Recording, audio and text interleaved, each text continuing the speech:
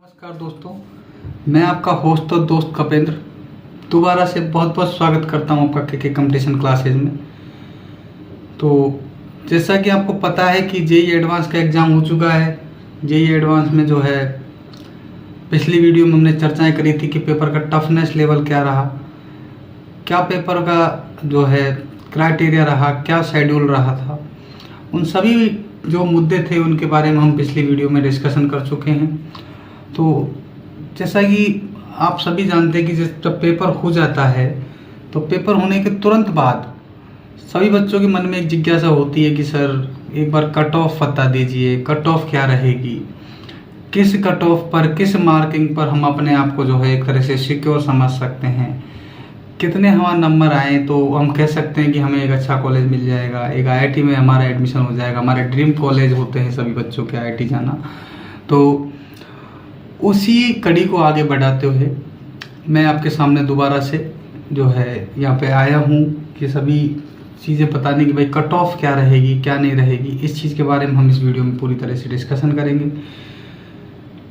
तो देखो, जैसा आप पता है, देखो दो पेपर होते हैं आपके, पेपर 1 पेपर 2, दोनों 180 मार्क्स टोटल मिला के 360 मार्क्स का आपका वेटेज है। जैसा कि आप जानते ही आपके 54 क्वेश्चंस पर सेक्शन आपके रहे हैं, जिनमें से जो है अलग अलग तरह के, जो कोई 2 नंबर का है, कोई 3 का है, तो कोई 4 का है, जिसमें इंटीजर टाइप क्वेश्चंस भी उसमें पूछे गए थे।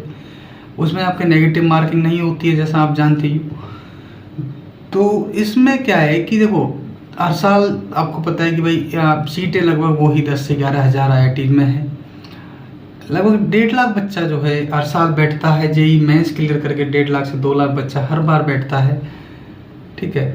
तो उसमें क्या होता है कि कभी कभी क्या होता है कि ऊपर नीचे भी हो जाता है। तो जैसे आपको पता है कि देखो, कभी क्या होता है कि पेपर का जो पैटर्न होता है ना, उससे डिस्कशन होता है कि भाई साहब कितनी कट ऑफ जाने वाली है, कितना क्या रहेगा, क्या नहीं रहेगा। उन सारी चीज़ों के बारे में जो डिस्कशन होता है वो बेसिकली वहीं से पता चलता है कि पेपर का पैटर्न कैसा रहा था, पेपर कठिन था, सरल था, क्या नहीं था। इन सारी चीज़ों को जब है एक बार एनालिसिस कर लेते हैं तो सारी चीज़ें हमें पता चलती है कि भाई साहब पैटर्न के अकॉर्डिंग जो है, और पेपर के टफनेस लेवल के अकॉर्डिंग, पेपर का जो शेड्यूल पूछा गया था उन सभी चीज़ों के अकॉर्डिंग क्या एक एक्सपेक्टेड कट ऑफ रह सकती है, उन चीज़ों का एक थोड़ा सा मैं आपके सामने रिव्यू बताऊंगा। तो पिछली बार की जो कट ऑफ थी आपकी, उसको थोड़ा सा ध्यान में रखें। तो सबसे पहले क्या है कि देखो, पेपर का पैटर्न हमें पता होना चाहिए पिछले साल का, कि पेपर पिछली बार का जो था इस बार की तुलना में, 26 की तुलना में 25 का पेपर टफ था, सरल था, क्या था।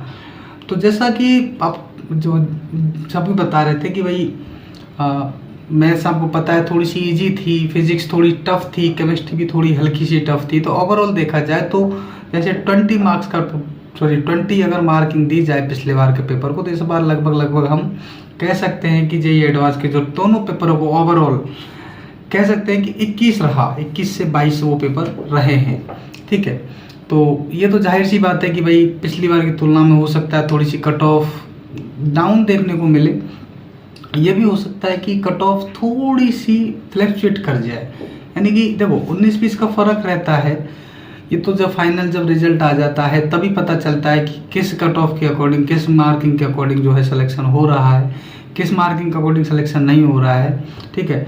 तो तभी पता चलता है प्रॉपर तरीके से। लेकिन एक हम आइडिया हम बता सकते हैं कि भाई साहब पिछला बार का जो पेपर हुआ था और इसलिए इस बार का जो पेपर हुआ है, उन दोनों को अगर कंपेयर करा जाए तो कह सकते हैं कि इस बार का जो पेपर पैटर्न था और पेपर का जो टफनेस लेवल था थोड़ा सा पिछली बार की तुलना में थोड़ा टफ था।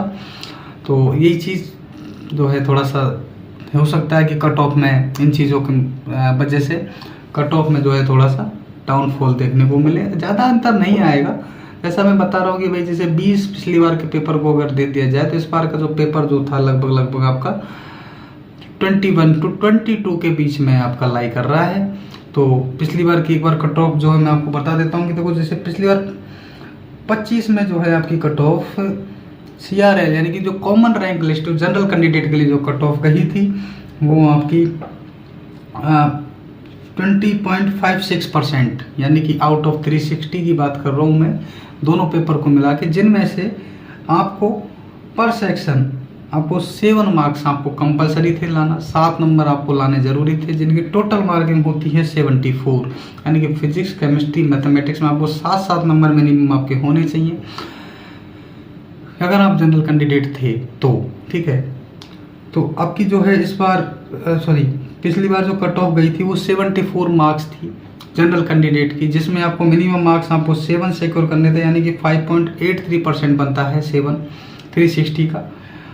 इसके बाद ओबीसी की बात करें तो ओबीसी की जो कट ऑफ थी वो 5.2% मिनिमम मार्क्स आपको पर सेक्शन चाहिए थे, यानी फिजिक्स में लगभग आप कह सकते 6 नंबर, केमिस्ट्री में आपको 6 नंबर और मैथ्स में भी आपको 6 नंबर चाहिए थे।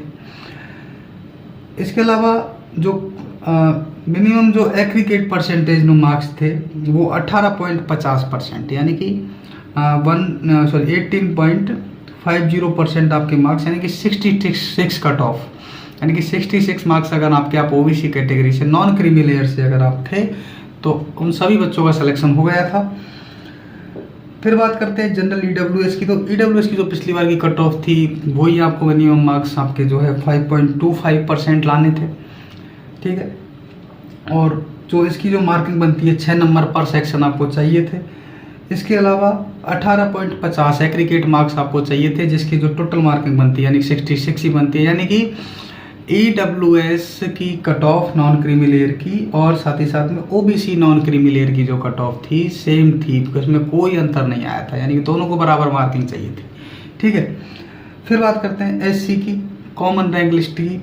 इसमें आपकी जो है 2.92% आपको मिनिमम मार्क्स पर सेक्शन चाहिए थे, 3 नंबर जिसके बनते हैं, और इसके अलावा 10.28 यानी कि 10.28% की कट ऑफ थी, तो यानी कि 37 मार्क्स आपकी पिछली बार की कट ऑफ रही है। ठीक है, तो इसके बाद एसटी की कट ऑफ भी वही सेम आपके एससी के बराबर 2.92% आपको वही 3 मार्क्स आपको पर सेक्शन चाहिए थे और वही 37 उसकी भी रही है एसटी की।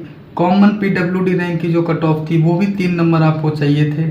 ठीक है, कॉमन रैंक लिस्ट में पीडब्ल्यूडी जो पीडब्ल्यूडी यानी कि जो फिजिकल हैंडीकैप बच्चे थे उन सभी की। ठीक है, जनरल रैंक की बात कर रहा हूँ मैं, तो उनके भी 3 मार्क्स चाहिए थे। 10.28% उनकी कट ऑफ, यानी कि 37 मार्क्स उनकी कट ऑफ रही थी। इसके अलावा ओबीसी नॉन क्रिमिलेयर पीडब्ल्यूडी यानी कि जो फिजिकल हैंडीकैप बच्चे थे उन सब की जो कट ऑफ थी वो भी 3 नंबर आपको मिनिमम हर सेक्शन चाहिए थे और उनकी कट ऑफ भी 37 मार्क्स।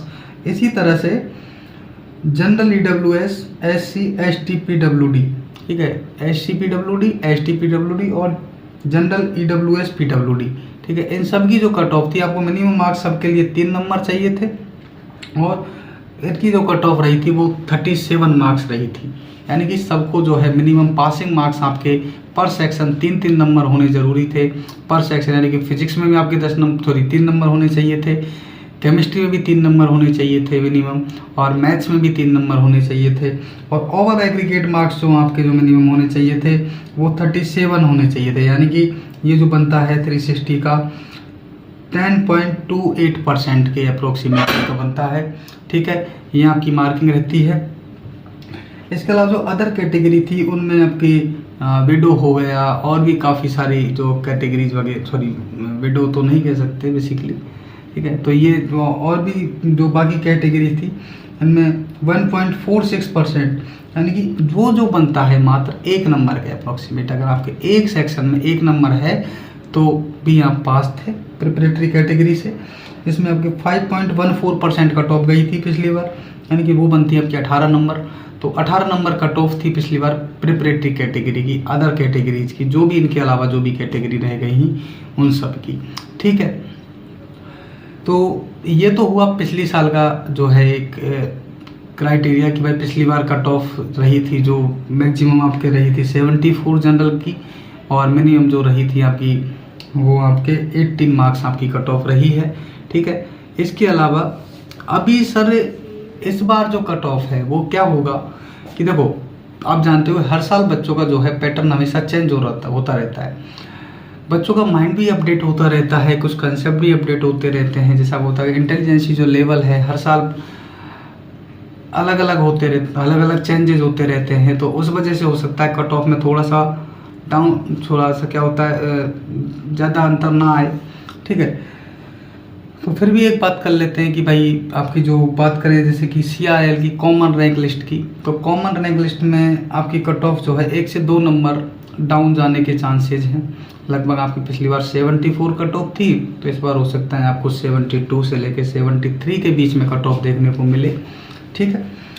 OBC की जो नॉन क्रीमी की जो कट ऑफ थी पिछली बार आपकी 66 थी, ठीक है। इस बार जो कट ऑफ आपको जो मिनिमम मार्क्स तो वही चाहिए जो पिछली बार आपके थे।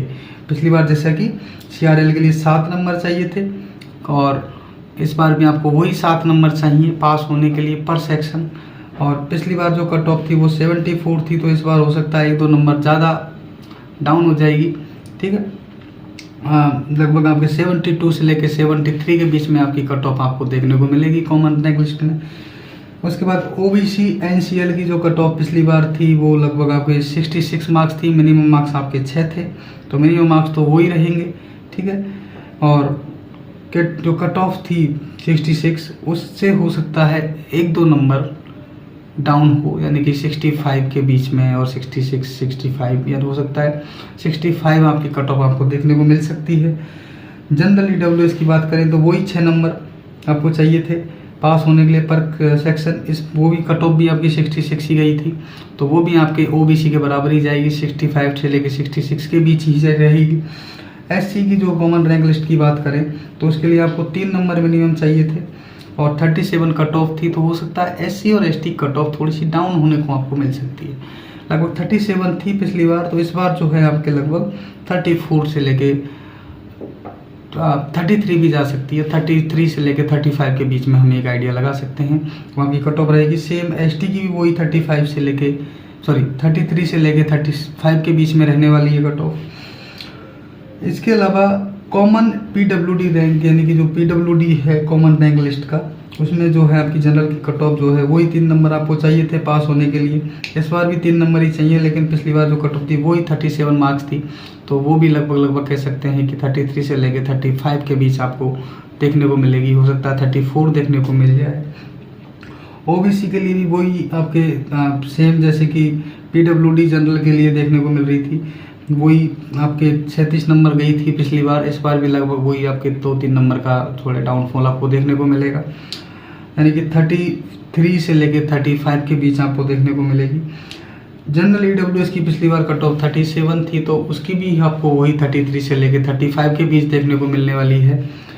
इसके बाद SC ST PWD की भी वही आपके पिछली बार मिनिमम मार्क्स आपके 3 मार्क्स थे, तो 3 मार्क्स तो वही आपको चाहिए ही चाहिए, लेकिन कट ऑफ जो है आपको 37 पिछली बार थी। इस बार हो सकता है कि 2-3 नंबर आपको देखने को डाउन मिल सकता है, यानी कि 33 से लेकर 35 के बीच में ही आपको ये कट ऑफ देखने को मिलेगी SC ST के लिए, ठीक है।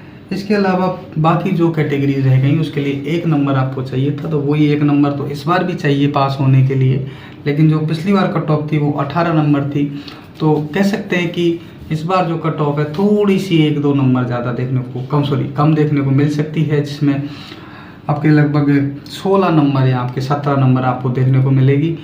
तो ये आपका प्रॉपर एनालिसिस, जिसमें आपको जो है मैं ओवरऑल कह सकता हूँ कि जनरल की जो कट ऑफ है वो आपको देखने को मिलेगी लगभग 72 से लेकर 73 के बीच में, और मिनिमम जो कट ऑफ आपको जो देखने को मिलेगी वो आपको लगभग 17 से हो सकता है 16 भी आ जाए, लेकिन मैं ज़्यादातर चांसेस 16 के ही हैं, ठीक है। 17 तो मैं ज़्यादा मतलब कह सकते हैं कि अगर 70% चांसेस 17 नंबर आने के हैं, तो बाकी 30% चांसेस जो हैं लगभग आपके 16 नंबर आने के हैं, तो लगभग 16-17 के बीच में आपकी ये कट ऑफ आपको देखने को मिल जाएगी, ठीक है।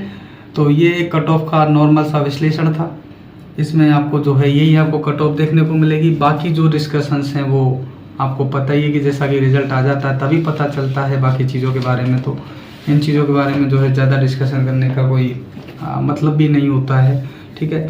तो एक आपको मैंने ये जो है क्राइटेरिया दे दिया है कि भाई इस कट ऑफ पर इन नंबरों पर आप अपने आप को सिक्योर समझ सकते हैं कि भाई साहब इतने नंबर अगर आपकी कैटेगरी में आपके आ रहे हैं तो आप कह सकते हैं कि आपको एक अच्छा कॉलेज मिल सकता है। वैसे देखो कभी कभी क्या होता है कि कॉमन रैंक लिस्ट जो होती है रैंक के अकॉर्डिंग मार्क्स बनते हैं।